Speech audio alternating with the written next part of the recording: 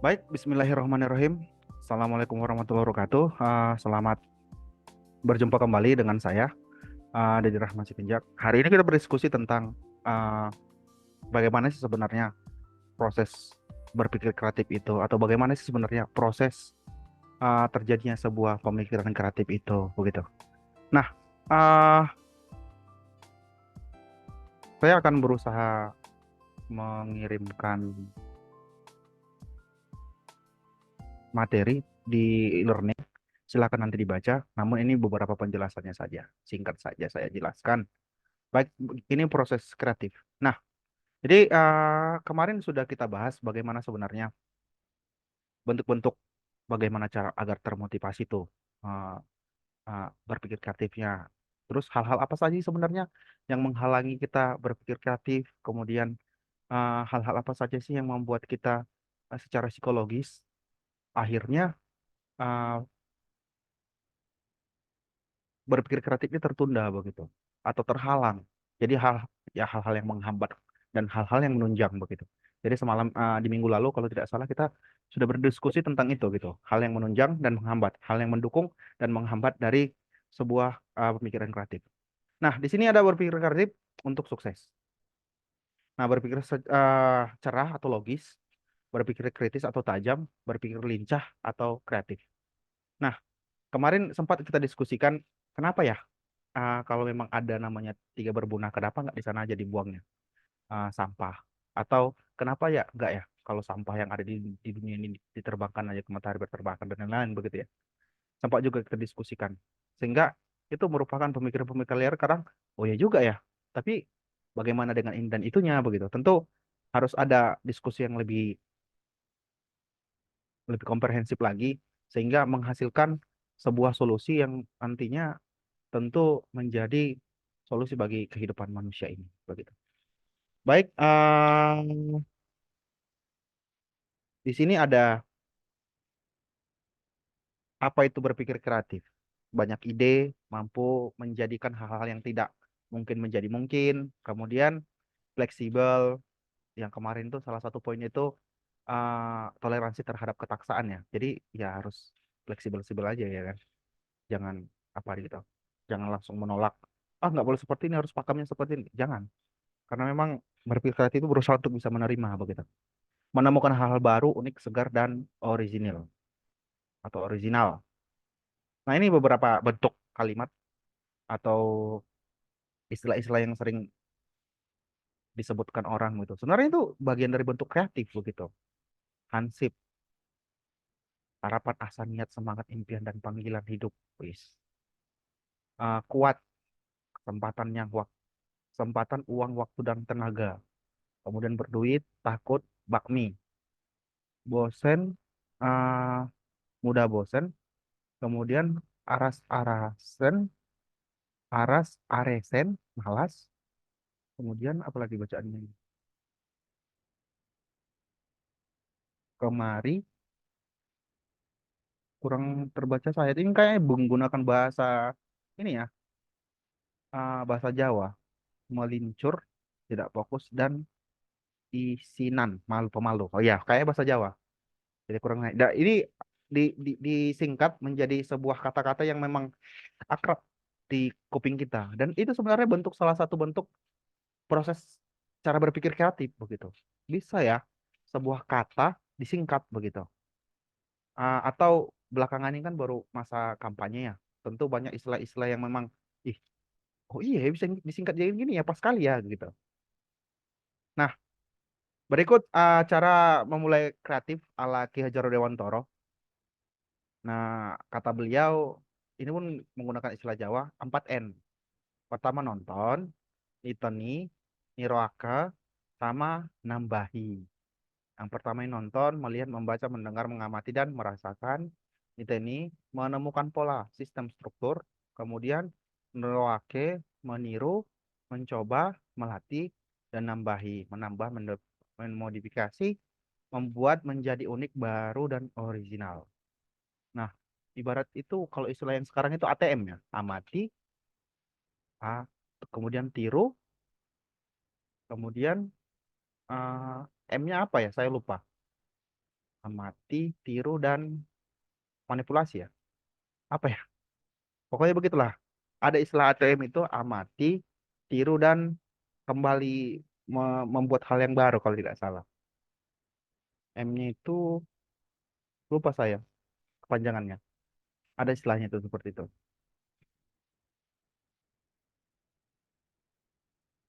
Nah, kemarin kita sudah mendiskusikan beberapa kemungkinan yang akan kita angkat menjadi sebuah karya tulis atau karya tulis kreatif berupa cerpen. Nah, kira-kira sudah dapat idenya kira-kira. Karena kan kemarin kan kalau tidak salah itu temanya itu ya tentang USU ya, gitu ya kan. Bagaimana sih tentang mahasiswa seorang mahasiswa yang kuliah di USU begitu. Bagaimana susahnya menjadi anak kos mungkin ya kan. Atau mungkin harapan-harapanmu ketika nanti kuliah di USU bagaimana sih ke depannya begitu. Itu bisa diceritakan. Namun cara penceritaannya itu yang paling penting sebenarnya. Apakah enak dibaca atau tidak? Jadi ini pertanyaannya, apakah sudah ada yang menulis? Takutnya belum ada nih, masih bingung. Nah, ini pun semalam sempat juga. Di mana posisi kita sekarang ini? Apakah terlalu banyak ide, tapi susah menuangkannya? Atau memang, karena udah tugas aja lah pokoknya dikerjakan begitu. Atau jangan-jangan tidak ada waktu, atau memang tidak bakat. Kemarin kan sudah didiskusikan bahwasanya kalau tidak ada bakat, bacalah ini. Yaitu, jika memang mengalami kesulitan, maka sesungguhnya menulis itu keterampilan yang bisa dilatih dengan kebiasaan, skill begitu. Tidak perlu bakat untuk menulis, karena memang menulis itu bukan bakat, tetapi skill. Hanya perlu kemauan dan diasah terus, begitu. Nah, jadi menulis kreatif itu uh, harus memanfaatkan fungsi dan memaksimalkan otak sebenarnya. Selain pengalaman-pengalaman kita, dan kita harus terus berlatih. Karena kalau rekan-rekan semua sering membaca satu teks atau satu buku, tentu uh, kawan-kawan semua akan mudah memahami dan akan betul-betul menguasai buku tersebut kalau sering membaca buku tersebut gitu. Contohnya nih, mungkin di sini ada anak jurusan psikologi. Tentu akan lebih mudah bagi beliau untuk menjelaskan bagaimana sebenarnya psikologi seseorang begitu. Untuk memahami bagaimana sebenarnya kalau begini apakah permasalahan psikologi. Kalau memang dia lagi banyak masalah tindakannya atau sifatnya seperti itu, apakah itu termasuk dalam gejala psikologi begitu. Mereka pasti tentu punya argumen-argumennya begitu. Nah, jadi pemanfaatan otak di sini sangat perlu, sangat penting sekali. Nah, di sini antara otak kiri dan otak kanan. Nah, katanya kalau otak kiri itu lebih kepada hal-hal yang berbau angka-angka ya. Tapi kalau otak kanan biasanya cenderung kepada hal-hal yang imajinasi, hal-hal yang berbentuk atau berbau yang tidak eksak begitu. Nah, jadi perlu dipahami dan dimaksimalkan lagi begitu. Apakah terkadang kita merasa bahwasanya kayaknya saya nggak terlalu inilah sama hal-hal yang berbau angka. Ah, berarti yang kurang dimaksimalkan otak kirinya yang kurang dimaksimalkan itu. Begitu. Atau sebaliknya begitu. Nah, di sini otak kiri itu perencanaan, outline, tata bahasa, penyuntingan, penulisan kembali, penelitian, tanda baca dan lain-lain lebih detail lah gitu ya kan. Berhubungan dengan termasuk juga dengan hal-hal yang berbau angka begitu. Sedangkan otak kanan itu semangat, spontanitas, emosi, warna, imajinasi, gairah. Oh, semangat itu kalau kita merasa semangat mungkin itu karena otak kanan kita itu mendominasi. Nah, gairah, unsur ada hal-hal yang baru kita anggap wah gitu gitu. Itu masuk berarti otak kanan begitu. Nah, bagaimana apakah sudah memiliki ide karena sudah dimaksimalkan tadi otaknya kiri dan kanannya atau masih belum dimaksimalkan otak kiri dan kanannya? Baik, silakan diamati gambar berikut ini. Nah, kira-kira ide cerita apa yang kalian lihat? Atau kawan-kawan udah pernah ke sini? Ini kalau tidak salah ini di Tarutung ya, Salib Kasih. Salah satu rekan saya ke sana kemarin jalan-jalan. Saya fotoi dia begitu. Nah, nah, kalau melihat gambarnya ada nggak kira-kira ide cerita yang kalian uh, bisa tangkap. Mungkin ya sebuah persawahan yang asri dan kemudian asrinya itu sangat indah karena tampak segaris pelangi yang menunjukkan bahwa ciptaan Allah itu sangat indah, begitu kira-kira ya. Jadi kalau diceritakan ini tentang keasrian sebuah desa atau persawahan, ini sebenarnya foto di depan rumah saya di kampung halaman di Tapanuli Selatan, begitu. Nah, ini tahap-tahap proses kreatif itu sendiri. Yang pertama itu preparation, incubation, illumination, sama purification atau purifikasi. Nah, kita bahas tahap pertama, preparasi. Tahap awal preparasi ini tahap di mana sebenarnya sangat penting, di mana tahap awal kreativitas yang sangat penting yaitu mendefinisikan masalah atau isu. Misalnya who, what, why, when, dan how. Kemudian mendapatkan banyak informasi secara detail yang mendukung untuk menelaah. Muncul kriteria untuk memverifikasi bahwa solusi atau keputusan adalah sesuai dengan memenuhi kebutuhan. Jadi di preparasi ini berusaha untuk mencari tahu lebih dalam lagi. Contohnya kalau ketika kalian membahas tentang menceritakan tentang USU, apa sebenarnya USU itu? Terus bagaimana dengan USU sebenarnya saat ini? Atau mungkin ada di masa lalu perbedaannya? Atau mungkin ada yang kalian kenal dengan alumni-alumni USU, makanya kalian masuk USU begitu. Kemudian kapan? Kemudian siapa sih sebenarnya yang mempengaruhi masuk USU atau mungkin siapa sih yang berkesan bagimu saat di USU begitu. Jadi kan itu bisa dikembangkan menjadi sebuah cerita. Nah, kemudian selanjutnya masa inkubasi. Nah, masa ini adalah merupakan proses dalam otak setelah menerima informasi tuh banyaknya kan. Terus informasi itu akan dikelola di otak. Butuh beberapa menit, beberapa minggu, ataupun beberapa bulan terkadang untuk membuat sebuah hal yang kreatif. Padahal informasi itu sudah di otak nih, tapi belum tercurahkan, belum tersampaikan, belum terejawantakan dalam bentuk tulisan.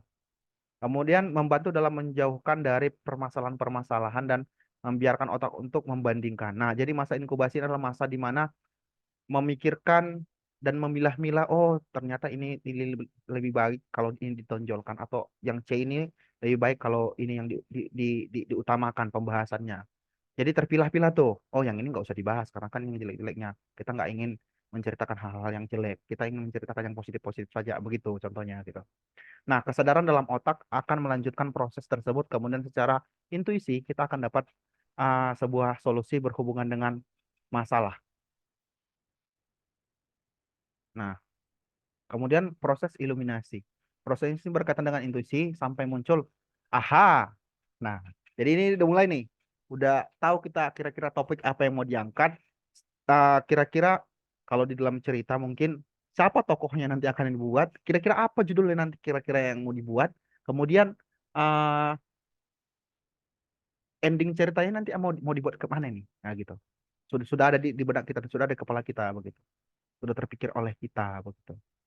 Makanya poin ini muncul ketika kita tidak menyadari bahwa otak masih bekerja pada isu tersebut. Jadi udah dapat tuh kesimpulan, tapi kita masih terus berpikir tentang itu agar berusaha untuk membuat hal yang lebih baik lagi terhadap cerita kita. Karena memang nanti kalaupun sudah berbentuk tulisan kita itu bukan berbentuk ide lagi, tentu harus dibaca ulang kembali atau disuruh baca orang apakah sudah menarik, sudah baik tulisannya atau belum begitu. Mulai mulai tanda bacanya, cara menceritakannya, kemudian nama tokohnya, kemudian setting tempatnya dan setting waktunya begitu. Perlu juga nanti di apa namanya dievaluasi lagi biar lebih baik lagi kan. Nah, kemudian selanjutnya terakhir yaitu masa verifikasi. Merupakan tahap untuk menentukan apakah solusi yang telah didapatkan pada tahap iluminasi tadi benar-benar memenuhi kriteria pada tahap uh, preparasi. Uh, Kemudian proses menyeleksi ide-ide secara detail dan rasional. Jika sesuai dengan kriteria, maka bisa dipraktekkan untuk selanjutnya kebutuhan kebutuhan secara potensial terpuaskan. Jadi di masa verifikasi ini adalah di masa kamu sudah mulai menuangkan karena sudah terverifikasi. Oh, ini nanti yang sudah ini yang mau saya tulis. Ini nggak usah saya tulis. Sudah terverifikasi dan sudah ditentukan detail-detailnya. Jadi nanti biasanya kalau saya itu menulis itu saya buat namanya, saya sebutnya rumus segitiga begitu. Jadi di awal itu nanti saya tulis apa yang mau diceritakan. Di akhir di tengah itu adalah klimaks ceritanya, puncak puncak puncak konfliknya begitu. Kalau memang konflik atau puncak ceritanya kalau memang ceritanya tidak ada bercerita tentang konflik, tentang asmara dan lain-lain gitu. Nah, eh, atau puncak solusinya begitu. Nah, jadi di atas ini saya tulis, nah nanti melakukan seperti ini, baru nanti solusi. Nah, di paling bawah itu kan saya segitu, segitu ganti kan. Nah, saya ceritakan nanti yang di awal, di tengah, baru nanti yang di tengah atau yang di akhir, baru nanti kalau nanti saya buntu nih. Oh, satu lembar buntu nih. Lanjut saya langsung cerita di tengah. Langsung cerita yang paling puncaknya, konfliknya. Setelah konflik terjadi begini begini begini atau setelah dia menemukan harapan baru begini begini begini, baru akhirnya solusi. Kalau memang saya buntu, baru solusi saya tulis. Nah, setelah saya tulis, buntu juga udah tahu tamat ceritanya, nanti cerita itu nanti kadang menulis sebuah cerita itu kalau saya ya itu udah tamat tapi belum selesai ceritanya gitu. Nah, tinggal menyambung cerita yang dari bawah ini ke atas ini. Nah, dari yang atas ini ke bawah ini gitu. Tinggal menambah beberapa kalimat saja sehingga ceritanya itu nyambung. Ya sudah, selesai sebuah cerita. Makanya saya sering sebut itu teori segitiga dalam membuat sebuah cerita. Jadi kita harus membuat kerangka yang sudah detail detail semua. Kita tahu apa itu awalnya, kita tahu itu apa puncak konfliknya, kemudian kita tahu itu apa solusinya. Sehingga ketika diceritakan gampang kita untuk menuangkan dalam sebuah cerita. Kalau memang kita terkendala ya sudah tulis saja dulu pendahuluannya, awal ceritanya, buntu, lanjut aja langsung lompat ke lembar berikutnya, lembar di mana membahas tentang puncak klimaks pembahasan, klimaks cerita begitu. Bahas aja kondisi kondisi dia mungkin berharapnya lebih tinggi atau mungkin hancur jiwa raganya gara-gara harapan yang terlalu berlebihan terhadap seseorang atau mungkin pisah gara hubungan ini hancur gara-gara memang ketahuan berbohongnya atau dan lain-lain begitu. Nah, kemudian di akhir ya rupanya mereka happy happy ever after ya kan. Ya biasanya gitu ya kan. Happy atau mungkin diceritakan berbentuk bukan happy ending atau mungkin berakhir sedih pun boleh-boleh saja. Salah satunya meninggal dan boleh-boleh saja. Nah, begitu. Nah, Andre menyebutkan perjalanan proses kreatif secara semacam ini sebagai proses melihat, mendalami dan mewujudkan. Untuk mendalami proses perjalanan, melihat, mendalami dan mewujudkan tersebut perlu fase-fase proses dengan pola tertentu. Namun pola ini sebenarnya sama saja dengan pola-pola yang diutarakan oleh G. Wallace, yang mana di bawah ini merasakan, menghayati, menghayalkan, mengejawantahkan, memberi bentuk, menciptakan konflik, menciptakan tokoh, menciptakan dialog, menciptakan simbol, menciptakan naskah yang berbobot. Nah, kata kakak ini bagaimana? Sudah ada kira-kira, sudah bisa menulis, sudah ada kira-kira ide-ide yang mau dituliskan atau dituangkan? Mungkin segini saja diskusi kita hari ini. Semoga menginspirasi, semoga memberikan tuntunan dan mampu memudahkan kita dalam menulis tulisan kreatif berupa cerpen. Baik, sekian saja. Saya akhiri dengan salam. Wabillahi taufiq wal hidayah. Assalamualaikum warahmatullahi wabarakatuh.